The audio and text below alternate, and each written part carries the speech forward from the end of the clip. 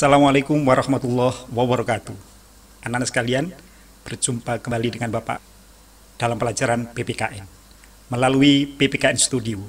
Namun jangan lupa subscribe, like, dan komen.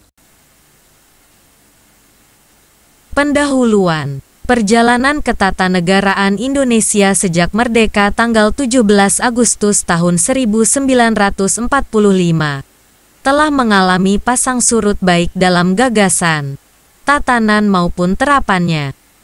Secara historis dinamika itu dapat dilihat fakta sejarah konstitusionalnya, bahwa di Indonesia pernah diberlakukan beberapa konstitusi, UUD 1945, UUD RIS, UUD 1950, UUD 1945 dan sekarang UUD 1945 hasil amandemen tahun-tahun 2000 sampai tahun 2002. Dalam berbagai konstitusi itu Indonesia pernah mengalami atau mencoba menjadi negara serikat, RIS, meskipun kemudian kembali menjadi Republik Kesatuan. Indonesia pernah mengalami sistem pemerintahan parlementer, demokrasi terpimpin dan pemerintahan presidensial.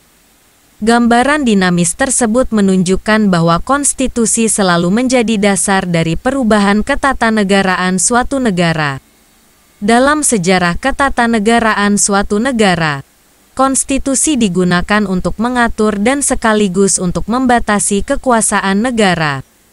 Dengan demikian, dinamika ketatanegaraan suatu bangsa atau negara ditentukan pula oleh bagaimana dinamika perjalanan sejarah konstitusi negara yang bersangkutan. Karena dalam konstitusi itulah dapat dilihat sistem pemerintahannya, bentuk negaranya, sistem kontrol antara kekuasaan negara, jaminan hak-hak warga negara dan tidak kalah penting mengenai pembagian kekuasaan antar unsur pemegang kekuasaan negara, seperti kekuasaan pemerintah, eksekutif, kekuasaan legislatif dan kekuasaan yudikatif.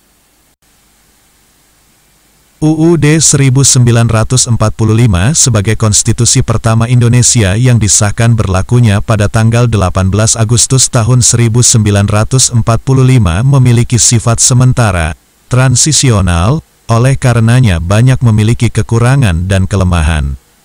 Namun sepanjang dua periode, tahun 1945 sampai tahun 1949, dan tahun 1959 sampai tahun 1999, penerapannya selalu mengalami penyimpangan dan bahkan ketika rezim Orde Baru berkuasa, tahun 1966 sampai tahun 1998, terjadi penunggalan, penafsiran bahkan mensakralkan untuk haram dilakukan perubahan.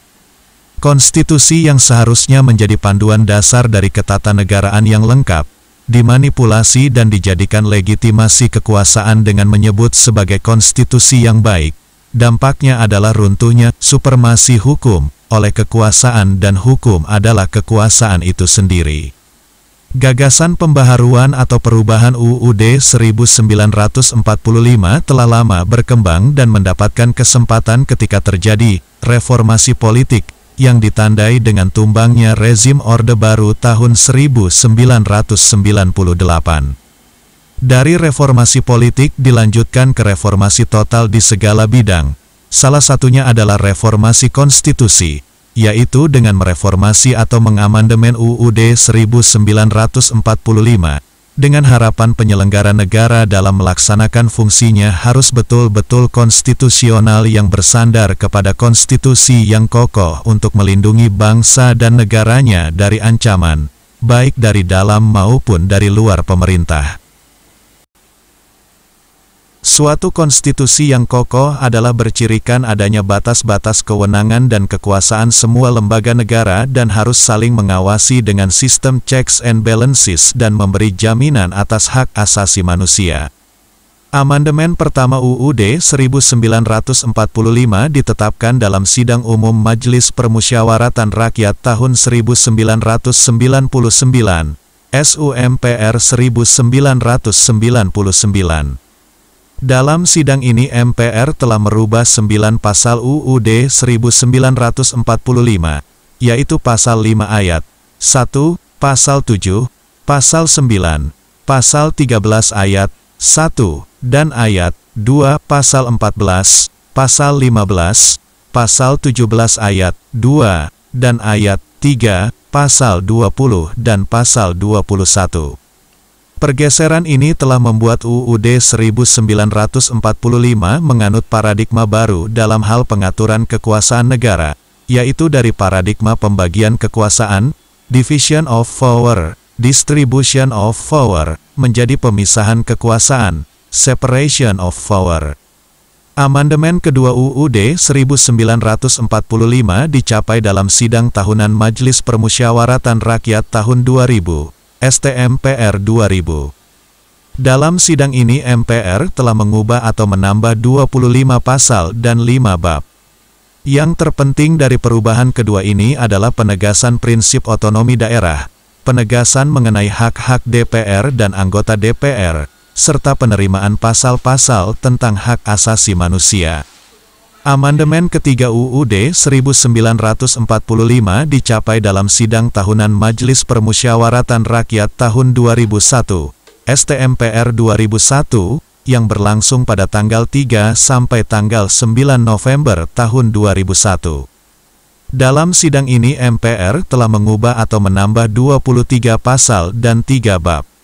Materi yang terpenting adalah penerimaan pasal tentang pemilihan presiden secara langsung pada putaran pertama, first round, penerimaan pasal tentang pemberhentian presiden, impeachment, pengaturan tentang pemilihan umum, dan disetujuinya pasal-pasal tentang pembentukan lembaga-lembaga baru, yaitu Dewan Perwakilan Daerah, DPD, Mahkamah Konstitusi, MK, dan Komisi Yudisial, KY.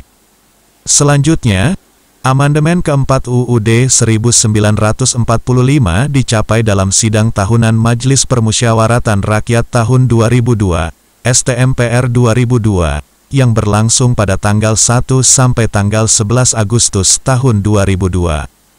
Perubahan terpenting yang dicapai dalam sidang pamungkas proses perubahan UUD 1945 ini adalah MPR terdiri dari DPR dan DPD saja. Pemilihan presiden putaran kedua, second round, yang dikembalikan kepada rakyat bila pada putaran pertama, first round, tidak ada calon yang memenuhi persyaratan perolehan suara, penghapusan Dewan Pertimbangan Agung, DPA, dan penghapusan penjelasan UUD 1945. Nah, anak sekalian, itulah materi kita hari ini. Mudah-mudahan kalian bisa memahaminya dengan baik.